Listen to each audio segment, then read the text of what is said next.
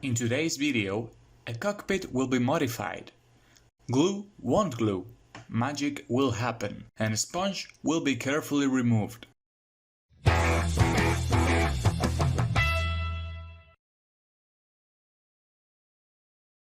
I'm going to start this kit by correcting a few things inside the cockpit. One of them is the real wall behind the pilot seat. I drilled the holes with a rotary tool and cleaned the edges with a scalpel.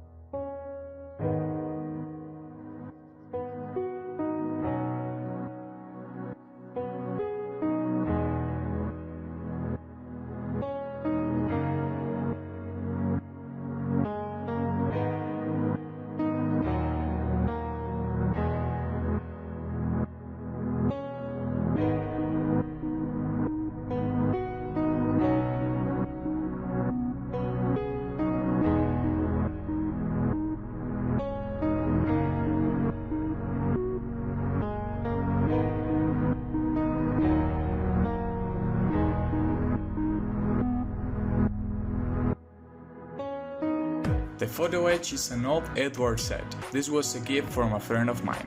This Hasegawa kit doesn't have a lot of details in the cockpit or the wheel wells, but overall it's a good kit with some sanding and filling required. It has recessed panel lines and parts to build an early and late versions.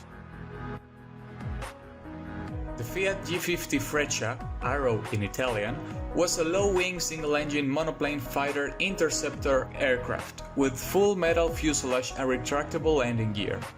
First of its kind for Italian manufacturers. Made its first flight on 1937, but they first saw combat in 1939 during the Spanish Civil War. During this time they featured an enclosed cockpit, but only 45 aircraft were built in this configuration. Due to some inconveniences of practicality and vision for Italian pilots, the open cockpit production started in 1940. The Regia Aeronautica had 97 Fiat G.50 in service, who took part in the fighting in southeastern France. Later, they were employed by the Italian Air Corporation, which, from bases in Belgium, operated against Great Britain between September of 1940 and January of 1941. However, their limited radius of action limited their performance. Afterwards, the G.50 from Groups 24 and 154 were transferred to Albania to participate in the campaign against Greece. Production stopped in 1942. Now onto the build.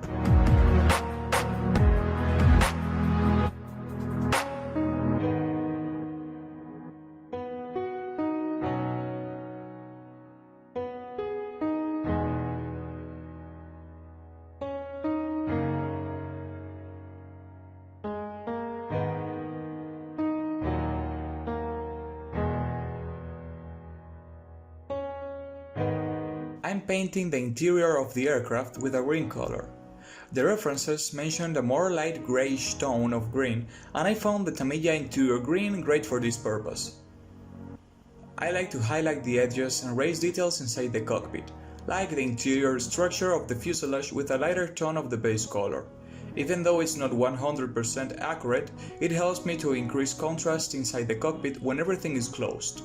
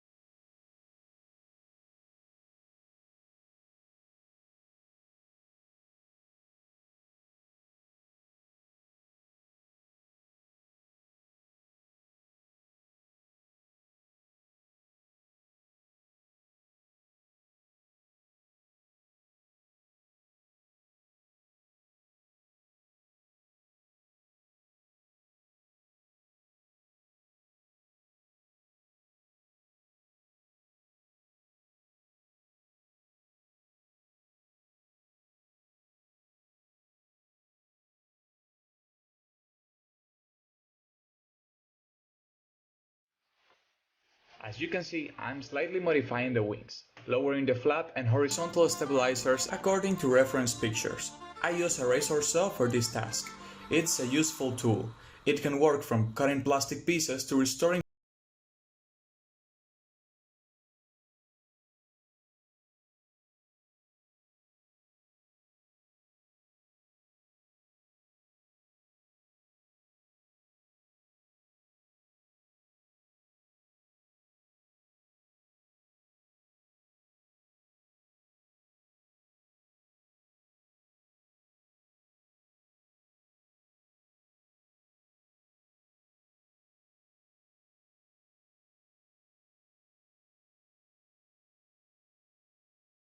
Now, abracadabra, pata de cabra.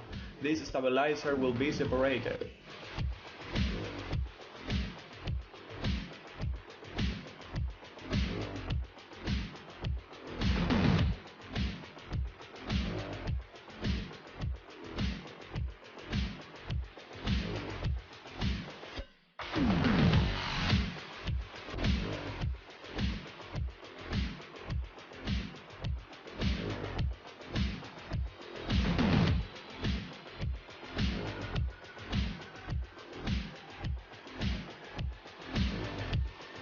The rear bulkhead and spine needs some filler to smooth the transition between the pieces. For putty, I'm using red Bondo glazing putty.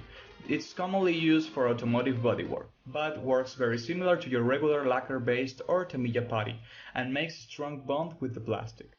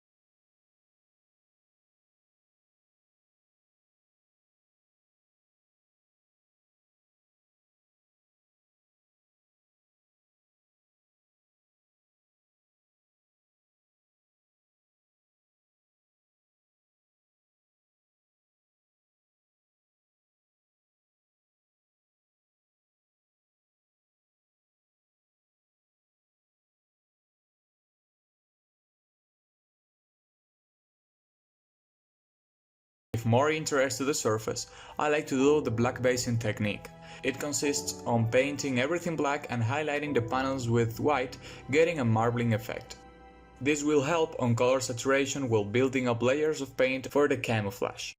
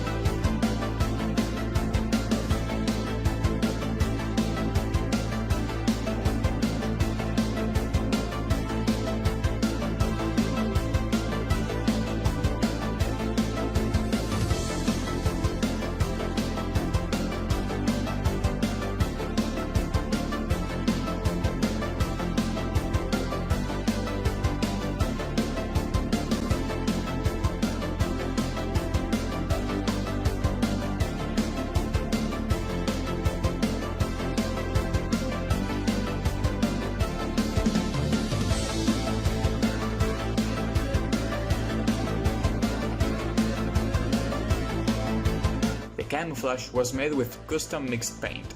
The light brown top color was mixed using Tamiya Desert Yellow, red brown and flat white, in the proportion mentioned in the screen.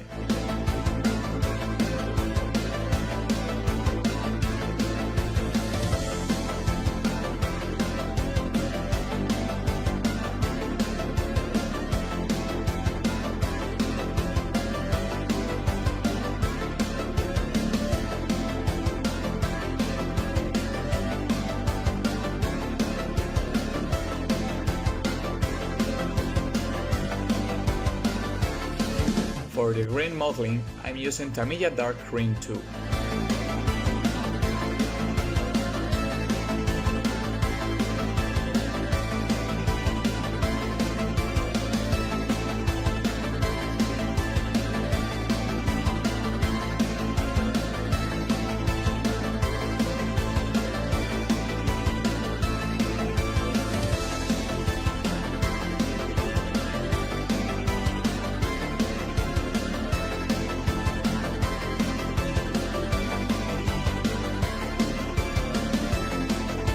And the reddish-brown mottles was a mix by Tamiya Flat Red, Red Brown and Desert Yellow.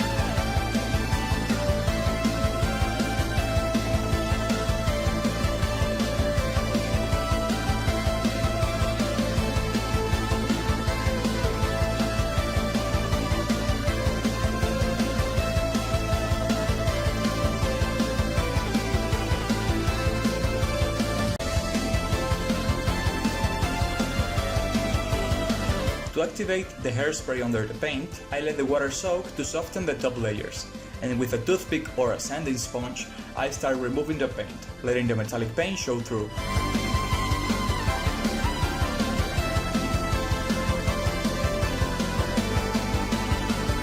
I'm representing the Major Marius Bonsanno's aircraft from the 20th Group at a Belgian airfield in 1940. This weird chipping around the cockpit area was caused by a protective tarpaulin, which held moisture on places that were in contact with the fuselage. Basically, it was caused by moisture. regular mechanic operation, and unusually low temperatures.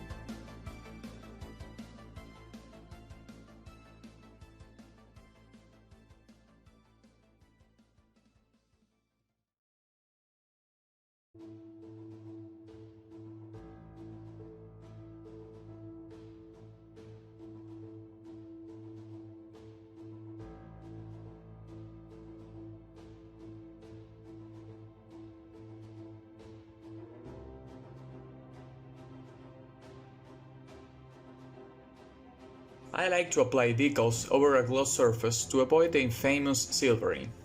After they are in position, I use Solvacet, which is the strongest decal solvent I know and helps them to conform to the surface quite easily.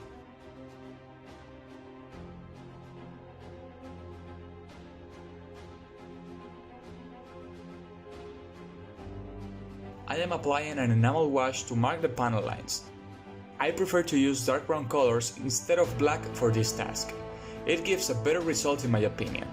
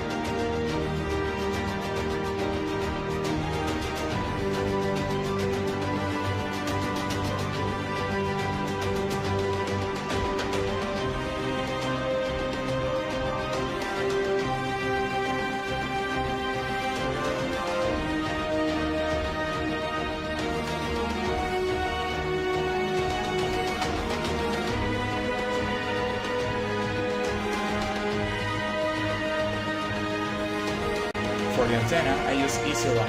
I glue it to the tips using CA glue, and this is an elastic thread. It's really forgiving when manipulating the model due to its elasticity.